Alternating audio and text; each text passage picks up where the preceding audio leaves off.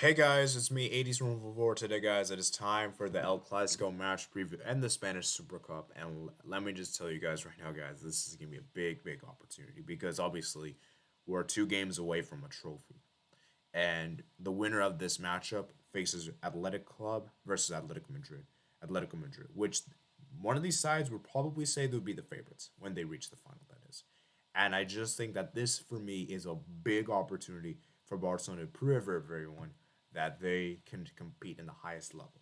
Okay, so as a Barca fan, this is going to be a very interesting match because obviously we are by no means the favorites here. Real Madrid are the favorites for this matchup. Of course, we know how imperious they have been in their attack, and there's even a stat out there that Benzema Vinicius have outscored the entire Barcelona team, which I'm not surprised with. I'm really not surprised. And that goes to show you how much Barcelona are struggling this season in the league. So we do have the squad list available to us, and we're gonna be looking at the squad list here at the transfer market, and it's gonna basically be the same, I presume. So Eric Garcia, obviously, he will not take place. He is out injured. He will not take place for this game, and obviously, we also have another player that's not gonna take place. Roberto is not gonna make the squad, and obviously Braithwaite as well. Everyone else is in the roster except Yusuf Demir. It's seeming like his time here at Barca is coming to an end, and apparently, according to news reports, it's stating that he's actually going to go back to his old club, which I believe it is Rapid Wien. I want to say Rapid Vienna. Sorry, not Rapid Wien. So he's going to go back to there. Okay. So yeah, it's going to be really interesting to see how Xavi can use. And by the way, guys, we do have our new player, Ferran Torres, who'll be wearing the number 19 jersey, and yes, he will travel with the team. He's the number 19 jersey. He has tested negative, and Pedri and Fati.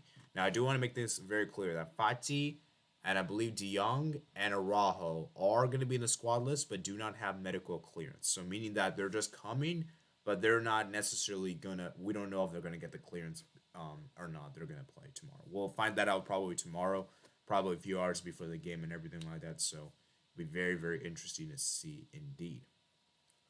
As for Real Madrid, I'm looking at the lineup right now in particular. There isn't really anyone notable that's missing. Obviously, you have Gareth Bale who's missing, who has a back trouble. He's not going to be taking part, obviously, and Mario Diaz. These two players for me are not even that significant for Real Madrid. They could do without those players anyway, so it's not even that big of a loss in my opinion.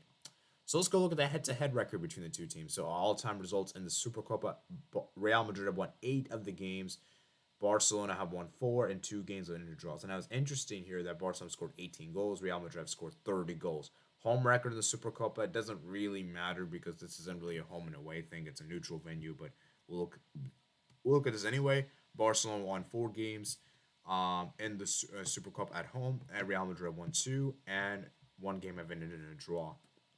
As you guys can see here, all-time results, the last 10 meetings, Real Madrid won 4 of these, Barcelona won got 3 games in their draws and 4 wins for Barca. Actually, let me see. Yeah, 3 wins for Barca, 3 draws, and 4 Real Madrid victories. Top fixture goal scorers Lionel Messi with 26, Ronaldo with second 18 goals, Alfredo Di Stefano with 16, Raul with 15, and Ferenc Puskas with 12. Carlo Ancelotti's record against Barcelona has been 4 wins against Barcelona, 3 draws, 5 losses. Most valuable players for Barcelona has been Pedri, and obviously most valuable player for uh, Real Madrid has been Vinicius Jr. Now, by the way, guys, I will be doing a post-match reaction to video on my channel tomorrow. I've scheduled at 4:30, so that gives you enough time to relax, and I'll be able to do my things I need to do. So, hopefully by that time we can get everyone situated, and make sure you guys join the live stream if you could. Okay, 4:30 p.m. Eastern time, by the way. So, with that said, guys, we now move on to the combined 11. So we're going to go ahead and do the combined 11 in this video. I'm going to be putting this timestamps in the description below. So if you're interested, let me know. And I'm going to let you know about that. So we're right now, how many minutes we're in? We're in 4 minutes and let's say 25 seconds. So we're going to do the combined 11 now, guys. So let's go and do it. So let's start with the manager, guys. Manager for me, it's got to be Carlo Ancelotti. He's obviously a superior manager to Xavi Hernandez, and even though Xavi's been a good coach and all, I think Ancelotti is obviously more experienced. So, as for formation, we're gonna go with the 4-3-3 for this match. And the goalkeeper, it's between Courtois Ter Stegen. For me, it's got to be Courtois. It's got to be Courtois, guys. Courtois for me has been incredible this season, and I think he has to be in the starting 11. Now, for the right back position, we have. I'm going to do with every single player available, by the way, so I don't care if you're injured or not. Okay. We're doing all the players available. Right back for me, it's between Carvajal and Danny Alves. Right now, I would say Danny Alves has been the better right back. Carvajal, he may not make the game tomorrow because he's going through an injury, and we're probably likely to see. Oh yeah, Danny Alves is not on here for some reason. Let's just skip the right back for now, I suppose, and just put. Actually, I'll just put. Let me see if I can put this guy.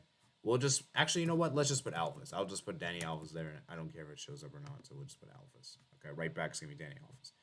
Center backs, we're gonna put Militao. I think Militao has been amazing for Real Madrid this season, and Ronald Araujo. I think he's been really good for Barcelona this season as well. So I think that would be a great partnership to have at the back.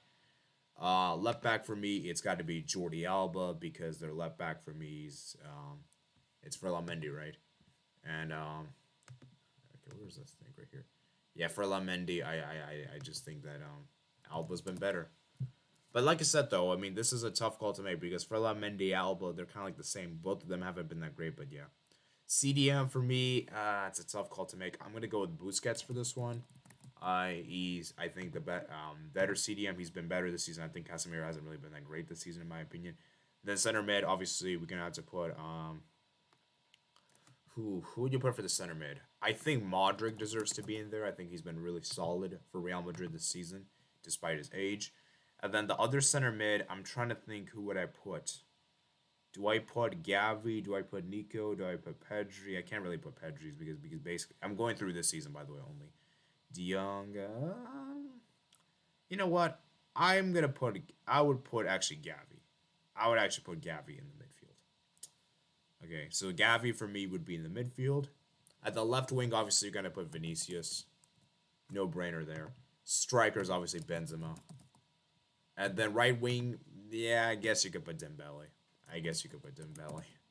And there if you want. So that for me is the starting 11 right there, guys. I think it's a pretty solid starting 11. It's balanced. You know, it's not like Real Madrid dominating this thing. It's not like Barcelona completely out of this. Let's go look at the players. So let's look at that front three. Obviously, I think I got one Barcelona player, two Real Madrid. So 1, 2. Then we got two Barcelona midfield players in the midfield. And then one Real Madrid player. So 3, 3. Then the back line is interesting because we actually have it's actually majority Barca, so it's gonna be 3-1. So 1, 2, 3. So it's gonna be 6 players, and then the goalkeeper obviously I'm going to go with Courtois and then manager. So let's do the math here. So 2, 4, 2, 4, 6, and 6. So yeah, it's even 6 all, guys, 6 all, and that's a very much interesting team in there. So. As for my prediction, actually, let's go into the predicted Barcelona 11 now. And now I'll show you guys my predicted Real Madrid 11. We'll also do that as well. In fact, let me do that in another page. Create formation. Okay, let's do with Barcelona's first. Goalkeeper is obviously going to be Ter Stegen. Okay,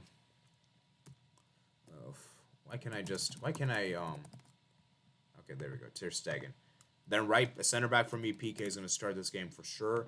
Then the other center back, I would actually put Longley in this match. I know people don't really like Longley and all, but the thing is, guys, Raul's coming out from an injury. I just don't think Raul's going to start. And don't even get me started with Umtiti. I know he got that contract renewal, but that was really only for a salary thing. And I just don't really think he's going to start. And I just think he's the best option we have. So, unfortunately, much to our dismays, I think Longley will start. Hopefully he has a good game. Alba's going to start the left back position. Right back, we're going to see Danny Alves most probably. He's not in the game. He's not on this website for some reason. I'm not sure why. Let me just try. I'm gonna try to see if I could get Danny Alves in here. I don't think he's in there. Yeah, he's not in there. Okay. Anyways, it doesn't matter. Busquets, we're gonna be as a center mid. And then CM, I'm gonna actually start Nico for this game. I will see the thing about This is my predicted 11, by the way. I just don't think Xavi's gonna start Gavi, especially what he did in the last match. You're gonna get in that red card and everything like that. And I just feel like Xavi wants the players to be disciplined because, like I said, if we do reach the final, they'll miss the final, right? So obviously, I don't think Xavi's any intention to do that. You know, so like I said, I just don't think he would start Gavi in this match. And then the other center mid is interesting because we don't really know who's going to be the other center mid. Pedri's there. I just don't think Pedri's going to be rushed back in like this. Obviously, we know what happened when he was rushed back in. He got a relapse against Benfica, and the rest has been history. Puig, I don't know. Puig's not really been that impressive. He's been kind of underwhelming. Then you got De Jong, who's just coming off. I don't know, man. This is a tough call to make. It all really depends on who's, like I said, the medical clearance. That's for me very key. And then if De Jong is fit and ready to go, then I think De Jong will start. But my question is, will he start? That's the question. And I did hear news reports saying that he might get the medical clearance. So I think what could happen is this: we might actually see Gavi actually start this game, and even though I don't, you know what, I'm gonna say De Jong starts this game. I'm gonna say De Jong starts, but I think Gavi might come on for Nico Gonzalez or De Jong. I just had that feeling. Left wing, striker's obviously gonna be Luke De Jong. That's pretty much a brainer there. He's gonna start. Obviously, he's been in good form right now, so we really don't have any other choice. Dembele is gonna start in the right wing position, and the left wing I would start probably Abde. Now I know people say, "What about Ansu Fati and everything like that?" And say, "Don't get me wrong, I love Ansu Fati. I think he's been one of our best players this season, despite the limited appearances." Like I said, though, very similar to what I said for Frankie De Jong and Araujo. I just don't think the club's gonna rush him back like this. Let's go and look at the Real Madrid 11. Okay, so let's do the Real Madrid 11 real quick. Okay, so I think they're going to go with... Actually, let me just put timestamps for this. 11, 24, okay. Courtois. Okay. Center back, we're going to see Militao. And then Nacho Fernandez, I think, might start. Actually, we might even see Alaba start this match. We might actually see Alaba. Let me see something real quick, guys. Let me see Real Madrid's last match who they faced in La Liga. Oh, I like how I just put Real and just came up. But then again, I searched Real Madrid a lot, so maybe that's probably why. Okay. I think we're going to see... Actually, you know what? I think we're going to see this, guys. We might actually see Alaba get the start here. I think Alaba is going to start here as a center back, which is something that I think Barcelona could expose, because I don't think Alaba is great as a center back. I think he's much better as a left back. But we know what he did in the reverse fixture. Scored against Barcelona. Beautiful goal indeed. And let's hope that he doesn't do that again. Right back, I think it's going to be Vasquez. I just don't think Carlo Ancelotti will risk Carvajal for this match. And then I think we're going to see Frelamendi get the start for the left back position. And then center mid, obviously we're going to see Casemiro. That's pretty much a no-brainer there. And the other center mid we're going to see is going to be Modric, probably. And then the other center mid, we're probably going to see Cruz. We're going to probably see Toni Kroos. At the left wing, we're going to probably see Vinicius. Oh, sorry, this is the wrong one. Vinicius Jr. Striker, we're going to see Benzema, I imagine. At the right winger, we're going to see... the right winger is probably the only tough call to make. I would say, though, Asensio. Asensio, we know he's quite capable of scoring goals. We know he can sometimes turn up in the big occasions, and we know what he's capable of doing. So that is a team I have there, okay? As for my prediction, actually, let me talk to you guys about tactics. So I think to beat this Real Madrid team, we have to put pressure on the defense. I think their defense is probably one of the weakest positions, and particularly in the right back position, because they're playing Vasquez, who we know is naturally a right winger. He isn't a right back. If we could try to apply a pressure on the right back position, I think they can fold. And we know Real Madrid, they haven't been that great defensively. And I think that's somewhere where we can expose the right back position. And maybe even the midfield as well, because as great as that midfield is, it's a great midfield, don't get me wrong. The experience and the physique and our young midfield, it could actually be there. Because like I said before, guys, I've told you guys before numerous amount of times, to win matches, the midfield is very strong.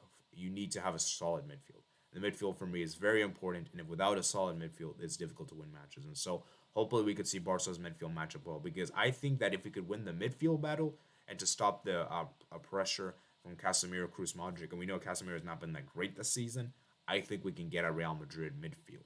As for the attack, we need our defense to do a masterclass, which is something we haven't seen before, especially to Mark Vinicius Jr. Dani Alves will have a lot to do in this match. As for my prediction, of course, I will be hopeful, and of course, I would love for Barcelona to win. If Barcelona could win, it'd be a statement. It would end our horrible run El Clasicos, because keep in mind, guys, Real Madrid won the last four El Clasicos. We cannot allow them to do five. 5 in a row is unheard of. So, With that said, unfortunately though, I do have to lean with Real Madrid in this one. I just think that Barca's defense will once again be the calamity, and I think once again it will create us a lot of issues. And I just don't really trust our defense. And while last time I do admit I do think we played much better than Real Madrid in the last El Clasico, the one that took place in Camp Nou, I just don't know if we are quite capable of scoring goals because the only person I can see scoring a goal that is 100% fit is Luke De Jong, and that is a concern. And I just don't really think Luke. I just think Luke De Jong could easily be marked out by players like Militao, who's been impressive this season, Mendy, and maybe even Alaba. We know how Saul Courtois has been this season. So that said, though, I think we can get a Real Madrid, especially towards the second half, because I have seen some of their second half games, and that where Real Madrid are just hanging on, just trying to hang on for the 3 points. Real Madrid can get a bit kind of they can get a bit they can be a bit fragile in the second half. So maybe like late in the second half, like let's say Real Madrid are 1-0 up, we can maybe force the equalizer because I've seen before, especially I think it was against Athletic Club, in which Athletic Club dominated them in the second half, but they were just unable to finish, which is the reason why they lost that match. So we have to be clinical in the day. We have to be clinical and we have to take our chances. And if we don't take our chances, we will lose this match. Mark my words. So my prediction for this game, my ultimate prediction, guys, I have to say it's gonna be a Real Madrid win. The verdict is a Real Madrid win. I just hope that we could somehow be competitive in this game and show a level to Real Madrid that we haven't seen before. And I just hope that we can at least prove people wrong and that Real Madrid will not run us over. Because that's really the thing I really hope that is. I hope Real Madrid just don't smash us. Typically, when Real Madrid have won, it's usually not been that huge scoreline.